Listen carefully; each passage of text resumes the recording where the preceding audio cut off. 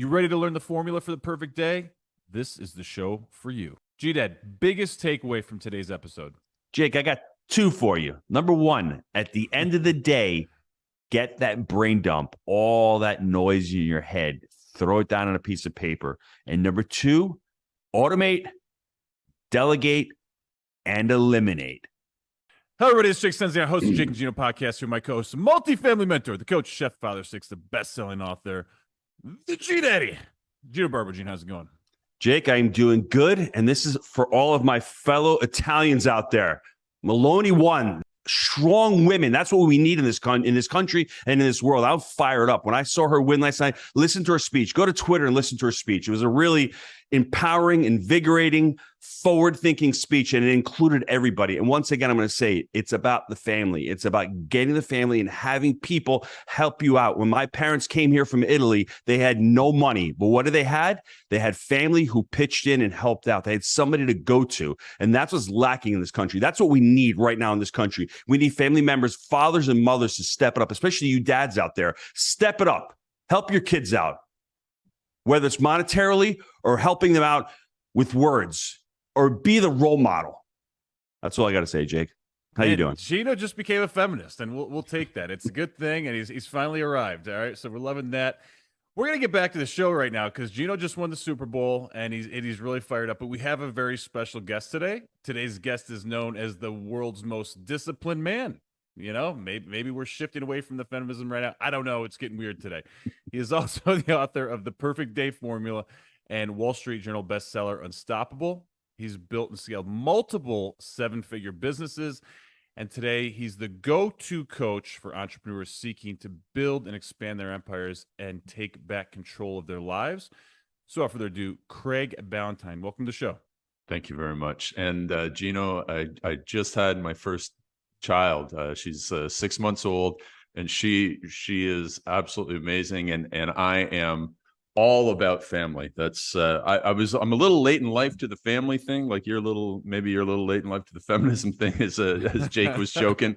He's definitely not. He's got 5 girls and 1 boy at home. So I mean, I just took a while to meet the right lady who's an amazing, strong lady, and I am all about every morning. That's all I think about is family, the wealth building, the health building, the protection of the family.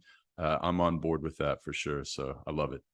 I like that you said that too, the protection of the family. Unpack that a little bit because, man, I'm right there with you on that. Well, I mean, it means everything from, so we moved from Canada to Cancun to a little more freedom for several reasons that protect the family. We came down here when my wife was pregnant. We had our child here just south of Cancun in Playa del Carmen. It was an amazing experience. And our baby was then automatically granted a Mexican passport, which is an insurance policy in this world to have a second passport, because she now has the Canadian and Mexican passports. And if we stay here for 18 months, we'll get our second passports. And that's like a protection for our family in case, when COVID happened, for example, the American passport, an amazing passport, but you were restricted to traveling to about 35 countries during COVID. For good reasons in a lot of cases. But at that time, like a lot of Americans couldn't leave and go anywhere. And you never know what's going to happen in the future because we do live in these wild and crazy times. And so I think about that. I'm starting Brazilian Jiu-Jitsu because, I'm a skinny guy. I can run away from a lot of conflict, but that was when I was single. Now I need to be able to make sure that my family is safe. And just every single one of the things that I think about in the morning is how can I protect my family? And then obviously financially with passive income opportunities, with building another business, with putting the right people in place inside of the business, with getting my morning routine down so that I can maximize all these things. Because it's a lot of stuff on your plate when you think like that. But that's everything that goes through my mind in terms of the family protection, which is you guys are completely on board with that as well. Craig, how do you attack your anxiety? You've discussed a few things right now. I mean, one is being proactive. And let me give you one tip on child rearing. You have a daughter. You want your daughter to marry someone like you. and hopefully, everyone listening to it has got a good character, a good person of integrity. That's what a father has to be to a daughter. You want them to marry someone like you. That's why you have to be the role model. That's why you have to know how to treat a woman. That's why you have to know how you treat your daughter. So when she grows up, it's mirroring. And it's the same thing if you're a mother with a son. My wife and my son, they have a great relationship. My son looks up to my wife, and he sees, well, that is a type of woman that I want to marry. So, Craig, as you're going on your journey with your children, always keep that in the back of your mind. How do you talk to them? Do you yell at them? Do you respect them? Do you love them? Do you tell them what to do, or do you let them make their own decisions? Those kinds of things are going to impact how she reacts with other men, and it's upon us. So, answering part of your question is being proactive. But what else do you do as far as anxiety? Yeah. So just before I go into that, the one book that I was told to read and I have read already is called Strong Fathers, Strong Daughters. I love that. It's the exact message that you just said. And then the second thing is that many parents have said to me that behaviors are caught, not taught. So as much as we want to tell kids what to do, it's how they see you treat your spouse, how they see you treat other people, that they will catch those behaviors more than you can teach them those behaviors. So those were two things that just popped in my mind as you were saying that. Now back to the anxiety. 2006, I had 2 severe crippling anxiety attacks that sent me to the emergency room twice. So at that time in my life, I'm in the best shape of my life, 6-pack abs. I could have been on the Men's Fitness cover because I was a personal trainer in my previous career. I was making more money than I ever had in my life. And yet, because of so many things, keeping all the thoughts in my head, doing too much work, working too many hours, too much caffeine, then too much binge drinking on the weekend, and just being a typical guy and holding my feelings in or my thoughts. You don't necessarily have to share your feelings with everybody, but you have to get the junk out of your head. And so that was the things that I did that pushed me to anxiety. Now, the solutions for anxiety are to get your thoughts out. I call it a brain dump. You can do it on a scrap piece of paper at the end of the day. It's the analogy or the visual of this, guys, is just imagine that somebody came over to your head, pulled back your cranium, and poured in 1,000 or 2,000 piece jigsaw puzzle. And we walk around all day with jumbled up jigsaw puzzle pieces. Now, what do you do with a jigsaw puzzle if you want to, actually solve it? You have to pour it out on a table. And that's what the brain dump exercise is. So I teach people 3 things around that proactive approach that Gino mentioned. At some point in your day, anytime after lunch and anytime up until about an hour before you go to bed, 3 steps. 1, brain dump. Write down all the things that you want to do tomorrow, all the people you want to call, all the deals you want to run through, all the things you have to do, all the milk you have to pick up at the store, all the kids you have to pick up, all the workouts you want to do, everything. You just get it out, okay? You have to vomit it out of your brain.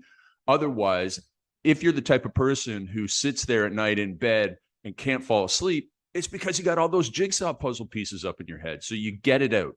Then the second step is you do a priority to-do list. You got 23 things on that paper. One of them has to be the number 1 most important priority for you to attack in the morning. And then the third thing, which most people don't do, is you need to do a little bit of process planning. You need to do a little bit of work to grease the groove on that number 1 thing. So as somebody who's written a lot of books, if I woke up in the morning with my to-do list that said write chapter 2 for the book, I could open up the Word document, but if it's blank, I'm going to sit there and go, I don't know what to do. And now I've got writer's block. But if I do a couple of bullet points on that, I grease the groove, it's easier for me to get into. So that type of proactivity really helped me. Another thing in the morning is that you want to avoid stimulation from your phone as long as possible. So when I was going through my worst anxiety, I was waking up at 7:30 in the morning, which was too late for me because I'm naturally a person who wants to do everything in the morning. And I would immediately roll over in bed and check my email.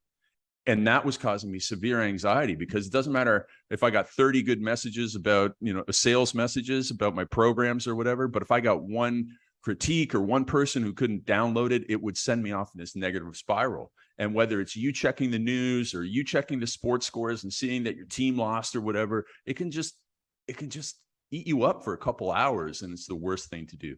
So you want to have a gap. You want to have a gap between the time you wake up and the time you get to your electronics. And during that gap, it can be as little as 10 minutes. you can start moving ahead on your number one project. So those are some things in terms of the mindset and the planning and the preparation. And then there's all the sorts of, health things that you need to do. You need to get enough sleep. You need to stop drinking alcohol 2 to 3 hours before bed because it ruins your sleep, even if it's just one drink. You need to stop drinking too much caffeine and those types of things, which lead to the anxiety state. But I could go on and on and on, but I'll leave it at that. And if you guys want to dive deeper on anything there, I can definitely do that. Craig, I'm Italian. There's no such thing as too much caffeine. I'm just putting it out there. So. Exactly. Go from 12 to 8 espressos per day. I miss those cappuccinos. I'm not going to lie to you. Got back a little while ago. Let's dive into the 5 pillars of transformational success. I want everyone to write these down. I'll say them, and then I want Craig to dive into them. Number 1 is planning and prep. The second one, everybody, is professional accountability. And I love that because that's why we have the Jake and Gino community. You can do deals by yourself. It'll take you a lot longer, or you do deals within the community and you'll dramatically increase your learning curve and the speed. Number 3, social support. I got my Broseph over there in the green shirt. He's my social support. Number 4, meaningful incentive. And number 5, big deadline. Let's go through those real quick. Yeah. And so quick background, I was a personal trainer once and I ran these transformation contests. They were 12 weeks long. And at the end of this, and I was paying people money, like the winners of the contest, they get like $3,000. And it was amazing. You get like 100 for every 100 people that entered, 80 of them would drop out.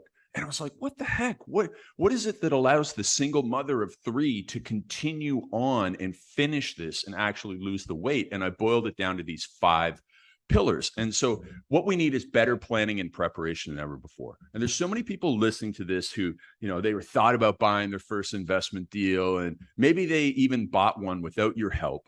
And the deal was bad. By the end, they lost money, or, something bad happened. And it was because they didn't have the better planning and preparation than ever before, which is, they got coaching from you guys. They're like, oh, wow, this is how you actually professionally do the deal. Oh, I get it now. It's better planning and preparation.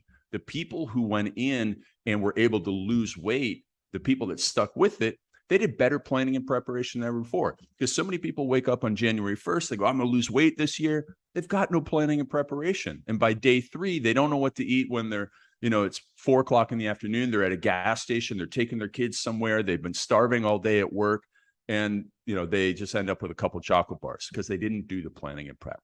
So planning and preparation, better planning and preparation than ever before, is essential for anything in your life. Number 2, the professional accountability. It's great to have a buddy, right? It's great to have a buddy that's going to support you in any area of life. But research shows that accountability to a professional in the weight loss world, it was accountability to a nutritionist, a personal trainer, a doctor, or a nurse, got somebody better results than having accountability to a friend. And I liken this one in the next pillar, which is social support, to imagine you're running a marathon. Now, you're going to have professional accountability to your coach, and then you're going to have social support of the people who are cheering you on the side of the road.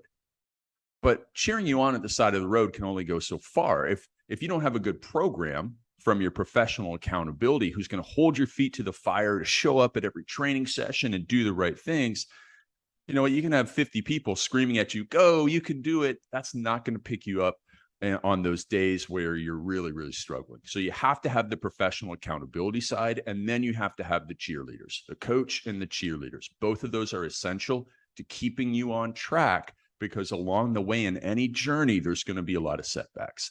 Now, 4th is the big why. And we spent basically the first 5 minutes of this chat talking about the big why, which is family. I would imagine that covers 90% of the people. You're doing this for family. You're doing this for your kids, kids, and so on and so forth, because of what our parents did for us.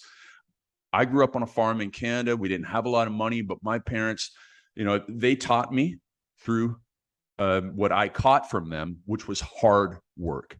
My mom worked in a factory all day. She came home. She sewed clothes in the winter. She worked in the garden until 8:00 at night in the summertime.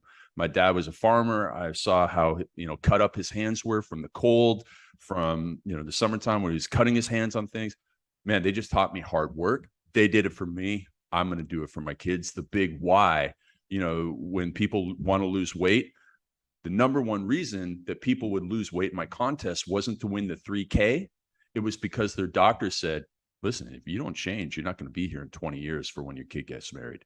That'll kick you in the butt. That's the big why. And you must have that, because if you don't, and you're only going for the money, you're only going for the new car, man, you know what? When it gets hard, new car doesn't really matter that much, but your family does. And then finally, the big deadline. In everything that you have, you must have a deadline. Because I like to say the biggest example of this is Christmas. When is the parking lot full? December 24th.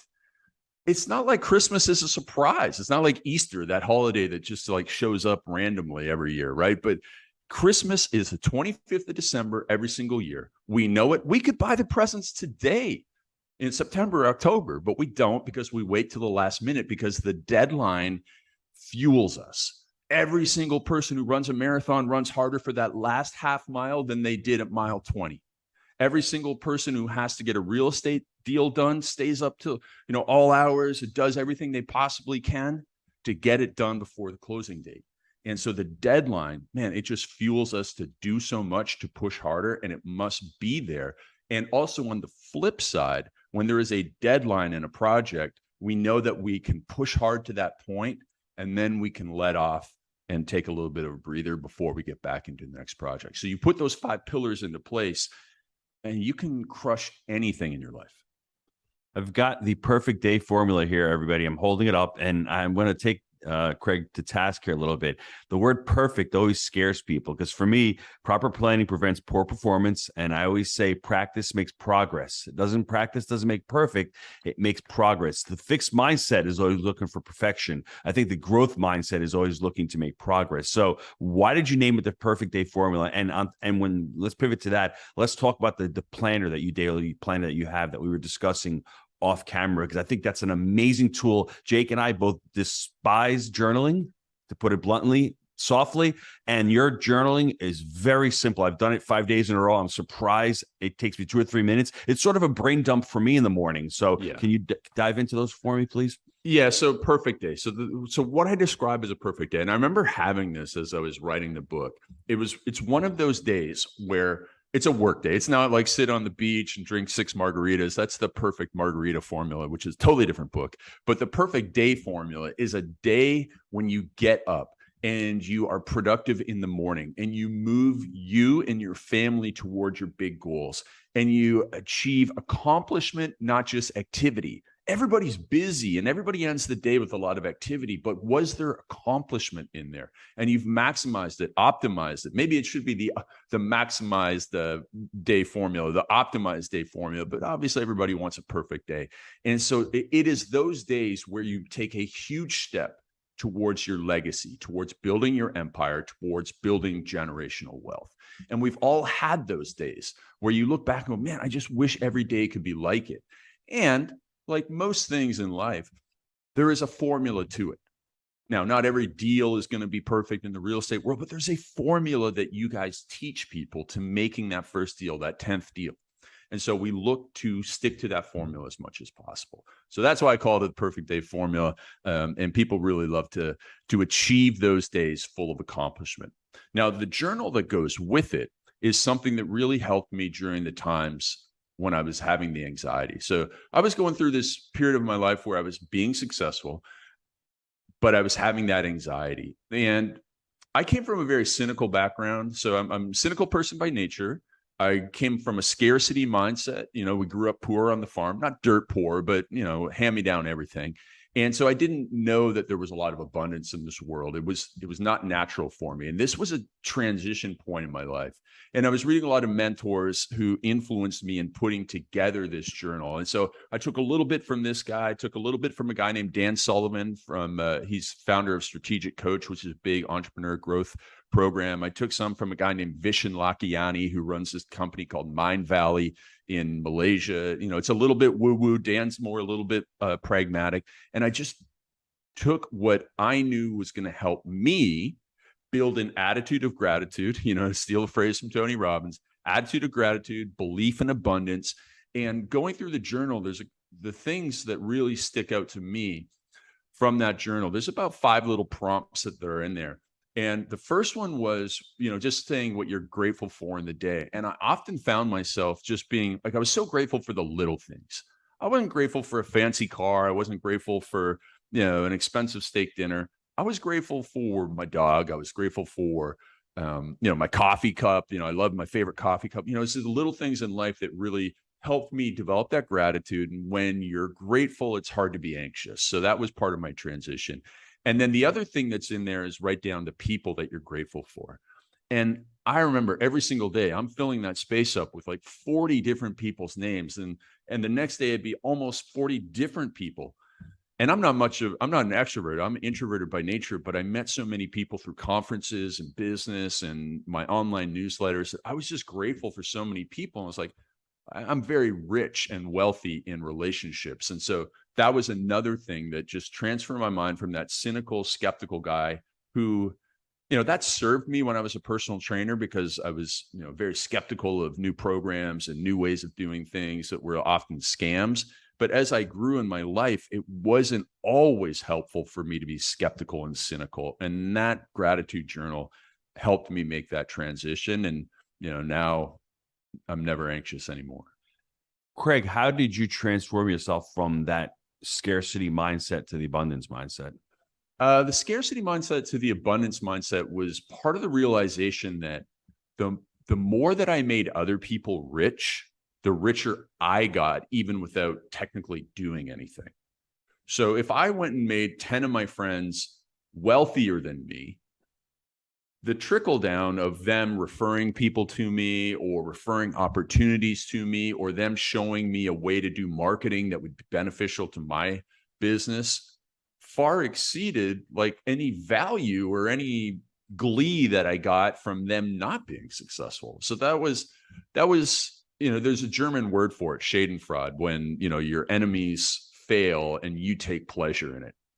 But that is a horrible way to go through life, looking for that. I'd much rather I'm going to make everybody around me richer, and I'm going to get to a point. It's almost like compounding wealth. When you make enough other people wealthy, you could just sit in a chair all day and eventually, and people would bring you all these opportunities and just make you wealthy. Like, I'm sure just the amount of opportunity and that you guys have generated from people who want to give back because you've given them so much makes your life a whole lot easier. And so those were some of the things that helped me make that transition as well.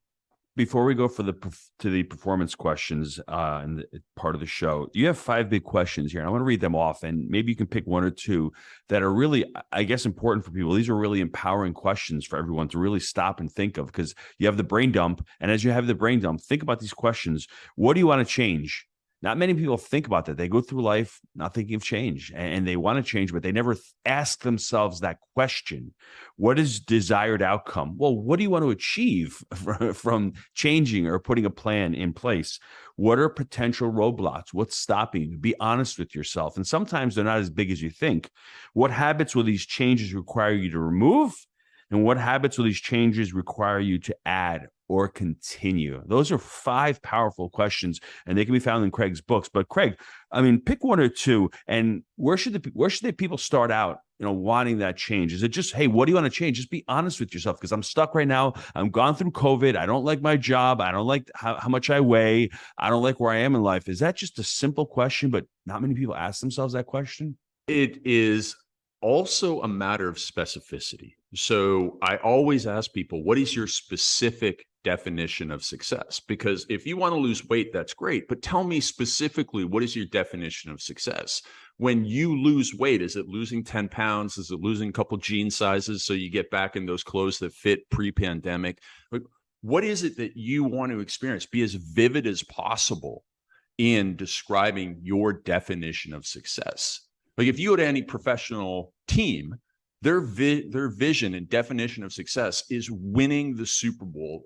They know exactly what stadium the Super Bowl is played in this year. And they sit there and go, it's holding the Vince Lombardi trophy above our heads at this stadium on this date. That is our definition of success. And anything else is not success. So what about you? No matter what goal it is, weight loss, financials, family, what is your specific definition of success? Don't just give me your New Year's resolution. I want to lose weight this year. give it to me in very great detail. And I talk a lot about the vision and the perfect day formula. Like, you've got to create this vision for your life, which is the movie script of your future. And that's key. And then something else that you mentioned is, what's it going to take to make this change? And then you said something brilliant, Gino, which was, often it's not going to take as much as you think. And so there's been a lot of times in my life where I've been trying to overcome these obstacles. And then I finally broke it down. Most of the time, if you have a scarcity mindset, you think it's going to cost too much. But when you actually break down what it is and you do a little bit of research, you can find that the solution to this is not going to cost you that much. Whether it's an investment in Gino and in their program, then Gino and Jake's program, you're going to go, well, it's only if I cut out this much every week from, this XX entertainment and I put it into this program, I can afford it. And then that's going to put me on a path to success. For me, I remember I was doing all this work and I wanted to take my working hours from 50 to 35 per week. And there was, there's a lot of social media stuff. And I was still doing it myself, even though I had hired somebody. I had literally had an employee that was supposed to be doing this, and I was doing their work because of my blue collar mindset and my scarcity mindset. And I felt, who am I to ask one of my employees who's paid to do this? Who am I to ask them to do this work? I can do it myself. And so I realized these 5 words, for anybody who's an entrepreneur, these 5 words will kill you. I will do it myself. And so I just really started I put that year's focus on automating, delegating, and eliminating the work that I was not put here on this earth to do. I was automating, delegating, and eliminating the work that I was not put here on this earth to do. And so once I started thinking like that, it made a huge, huge change. Your machine was broken. Yeah, exactly. My thought pattern, the system I had was built from a flawed system of my youth and my parents' belief around money, and I had to fix that. I think the pinnacle as an entrepreneur is to build the machine, make sure it's running properly, doing what you want it to do, and then have it perform at a high level without you there. And if you're not at that point, there's something broken and there's work to be done to fix it. I love this quote from the late Steve Jobs. We don't hire great people to tell them what to do. We hire great people so they tell us what to do. And that is my goal with bringing on every team member, is that I hire someone smarter than me in many ways, but in especially in what they're doing, so that they bring the great ideas and they're proactive and they implement the ideas. That's what I'm looking for, so that that's not what I'm not doing their work anymore. And we that's call that the I'm a mentality. I'm gonna do that. I'm gonna do that. I like it. I'm gonna do everything, right? So, anyways, all right, gang. Let's take a quick time out to hear from our sponsor.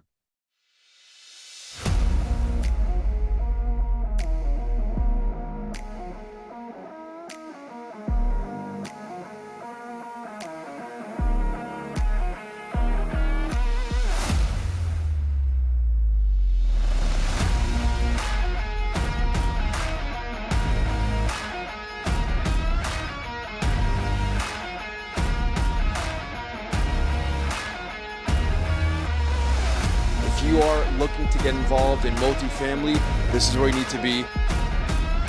The team you've built is incredible.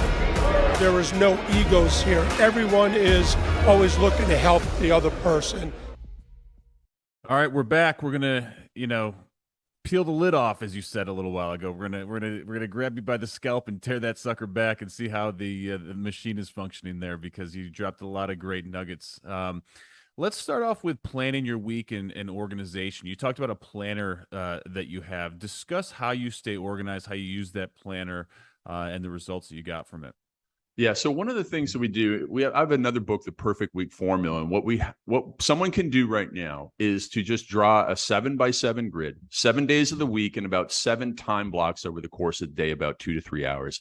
And then the secret to getting more done in less time is boundaries. So setting up boundaries for when you're going to stop work, and communicating those boundaries through your professional accountability, so that your accountability partner holds you to not overworking.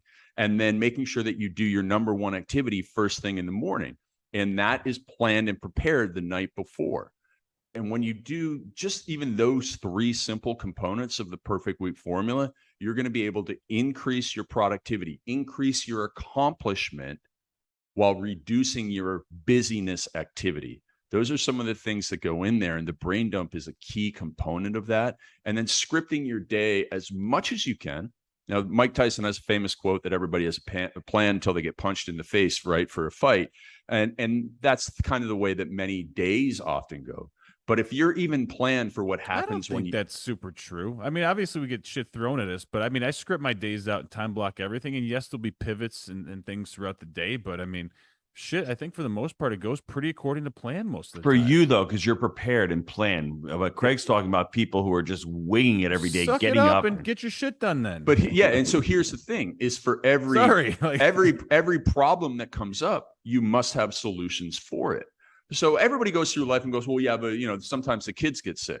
Well, okay, so that's a passive approach to it. Yes, sometimes the kids do get sick. In fact, you got to plan for it. You're proactive. Yep. So have 3 solutions. Kid gets sick in the morning. Who's the person who's going to pick them up? Where they're going to go? A kid gets sick or else your machine is broken. It's the same thing at home. Right. It's the same thing, guys. Yeah, I like it. I like it. Good call out there. Yeah. Sorry, I'm just, I don't know. I'm just in a feisty mood today, Gino. I'm Good. sorry. Bring it on. You also talk about being a personal trainer. What about any diet tips? Because I know Gino loves sugar. He loves candy bars. He basically his diet is based around becoming a diabetic. And so this is the gentleman that when I was eating organic 15 years ago looked at me and goes, "Are you nuts? What are you spending all that money?" And now I go to his house, I can't open up the fridge without seeing organic plastered all over the place. And he's looking at protein and carbs. I'm not saying that's completely all me, my friend. But I'm there. I'm with you. So. I will say at the end of the day is I believe that almost every diet works. You just have to find the one that works for you. And so there's going to be some people that love the whole intermittent fasting thing. I'm going to eat whatever I want between, 12 and 8 p.m., but I'm not going to eat breakfast. I'm not going to eat 12 o'clock till 12 o'clock. And then I'm going to stop eating at 8 o'clock. So that works for some people. Other people love the 6 mini meals per day. And that works for some people. Most people who have a busy schedule, it doesn't work for. Some people love the high protein. Some people love the keto diet. Listen, you just have to try them until you find one that works for you. But the candy bar diet's probably not going to work for too many people. I was being smart. Over the age of 12. Gino's almost as afraid of sugar as much as he is the devil. Like it's sugar and the devil, and just runs the other way. So you got to be careful with him. So you're kind of talking about anxiety before and things like that. Any meditation or spiritual practices that have benefited your life? Yeah, so I do a meditation every day. I started meditating at the in St. Petersburg. Was it the Vinroy Hotel or whatever it is? St. Petersburg, January 28th, 2013. I haven't missed a day since. Now I don't do transcendental meditation. I just sit there and I breathe deeply, and I close my eyes, and I do that for about 10 minutes, and I throw in a little bit of gratitude in there as well. And that's it. Because for me, what I learned when I had my anxiety is that I was breathing improperly. And most people breathe from their upper chest. And when you breathe from your upper chest, you have short, shallow breaths. And when you have short, shallow breaths, you're breathing off a lot of carbon dioxide. And that leads to increases in adrenaline in the bloodstream, which is a hormone called epinephrine. And that is part of the anxiety formula. So if you want to reverse that, you do anything like yoga, meditation, Tai Chi, Qigong, where you breathe through your belly. You breathe in through your nose, fill up that belly. Show us right now for the folks on YouTube. Let's get a visual here of what this looks like. So my big belly. I see the belly expand. Oh, look at that. Yeah. Big belly breath and then a slow exhalation. And, you can do that out through the mouth or the nose? Through the nose. You can exhale through the mouth. So in through the nose, fill up the belly. And you can do this sitting in traffic, 6 seconds in, 4 seconds out. In a minute, you will calm down. I mean, it's crazy to believe. It's crazy to believe this will work on Gino, but I bet you it would even work on him. And you can do the meditative breathing while praying, while doing a traditional meditation.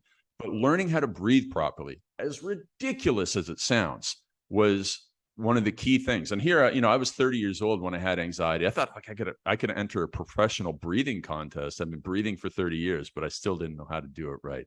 So so funny. So That You're will doing it really, every really second help of you. every day, and you're screwing it up. Craig, let me ask you a question. This Yeah. may be a controversial question for young people out there, but what we've seen is young people have a lot of anxiety, and young people don't have the mental toughness. They need safe spaces. You can't email them things because that's their safe space. You can't say certain things. They get triggered. You cannot get triggered unless you let yourself get triggered. That's just what they don't understand. Covey talks about stimulus and response. You get stimulated, you have the ability to form a response. And a lot of the techniques you're talking about may help with anxiety for those young people out there. And we're sending the wrong messages in schools and colleges. There's no such thing as a safe space in the world. Once you get out there, you're going to, as Jake likes to say, you're going to get kicked in the nuts. It's just the reality. Well, You're going to get punched. Abort, right? Don't engage, abort, right? And then what happens? You live an abortive life, a disengaged life, and you're not having any kind of impact. So when you speak to people who are young, who have these issues, and I'm not talking about people who have serious mental illnesses. We're just talking about regular people who are stuck, who are, during the pandemic, they've been shut down, they've been closed in, or, they're alone. They're getting messages from media or from schools telling them it's okay to have this safe space. It's not okay. It's okay to have dialogue. So let's discuss and let's debate. So what do you say to them? So if I was king, the first thing that I would do is force every teenager to read Man's Search for Meaning by Viktor Frankl. If people aren't familiar with that book, you got to put it on your reading list too. You want to get a perspective on what life is about. You read that book and understand that a man can, keep his happiness through living in a concentration camp. And in that book, he also talks about the stimulus and response, that everything can be taken from a man except his, the way that he responds to a certain thing. You can take everything from somebody. And so they have to learn these hardships. And then I would force them to get a manual labor job. I would force them to do fitness training, minimum 3 times per week. My friend Bedros Keuilian, who's a guy you guys definitely need on the show, he wrote a book called Man Up, and he runs a thing called the Squire program, where fathers and sons go to his compound that he has in California, and they spend the day exercising together. They're running hills. They do a big hike. They do cold plunges together in ice baths, so that these young men under the age of 15 are with their fathers, developing a great bond and great trust. There's crying, there's breakthroughs, there's all this sort of stuff. They're talking about, hey, here the son actually gives feedback to the father in front of all these other people, and the father gives feedback to the son. And at the end of the day, the father has to walk the blindfolded son through an obstacle course where there's nails on the ground, there's barbed wire, there's all these things. And so it develops this trust. And so I would force every young man and his father to go through this program. The problem is that there are too many of these fatherless homes, which is a shame. And so, obviously the future of our children starts with the presence of our families. So those are some of the things I would do. But I know that one thing that worked for me was digging ditches for $2.85 an hour when I was 12 years old, because I wanted to get something. And my parents said, you don't get anything for free here. You got to go get a job. It's so true. I just remember so many times clearing brush or cutting, wood with, with my dad or whatever, and things like that. And my grandfather as well. It makes a big difference. It toughens you up. And I just think that there's so many people that have, grown up on a device and have not really got out in the world and sweat and push themselves. And so then they're afraid of these things. And it's very unfortunate. Yeah. There's another guy named Vern Harnish who runs a program called Scaling Up, and we went through it. Yeah. Okay. So Vern, what he does for his sons is a rite of passage, which is similar to that Squire program. Around 13, 14 years old, there's programs out there that you can find. Some of them take the kids into the woods, and some of them take the kids into other things that take them through a rite of passage where, it's a real physical hardship for them. And then at the end, they all come together, and, it's this thing that's in many, many cultures that is lost today. And unfortunately, the devices are a horrible replacement for real parenting. Yeah. We were talking about it yesterday. Yeah. What's the best way for folks to get a hold of you? What's the hub for, all of your stuff here? Yeah. So the best way to get a hold of me is either on LinkedIn or on Instagram at Real Craig Ballantyne on Instagram. That's the social media I use the most. And then I have the Perfect Week Formula is available at perfectweekformula.com if you want the physical copy. It's also on Amazon. And then I give away free copies of all 3 of my books, the digital and audiobook versions. And I don't even ask for your email address at craigballantyne.com/free books. Because again, my books were written. I bled for those books. That was some of the hardest work I ever did. And I wrote those books to be read, and I know that they will change people's lives. All right, Mr. Italy here. Take us home. What you got? 2006, Mr. Ballantyne has a breakdown. He's probably at the peak of his life, got the six-pack abs, working out. Great, but what does he do in the morning? He wakes up in the morning, he checks his phone. He's starting to stress out, and he has a complete breakdown. And I think that is probably the low point of his life, and he had to figure out a plan to get out of that. And from that, we have the perfect day formula. We have the brain dump, the priority to-do list, the process planning. We also have automate, delegate, and eliminate. So from being on an island all by himself to becoming an entrepreneur, that scarcity mindset to the abundance mindset, and really trying to elevate the consciousness of others out there. And I think that's his mission, to really help others achieve the abundance mindset. And like Craig said, the more people he helps, the more money he makes. Love it. Wow, that's great. Craig, we really appreciate your time today. Great show. And gang, as always, we believe in buying deals for the long term. Think in decades. I'm Jake. He's the G Daddy, and we make it happen. We'll see you next time. Thanks, guys.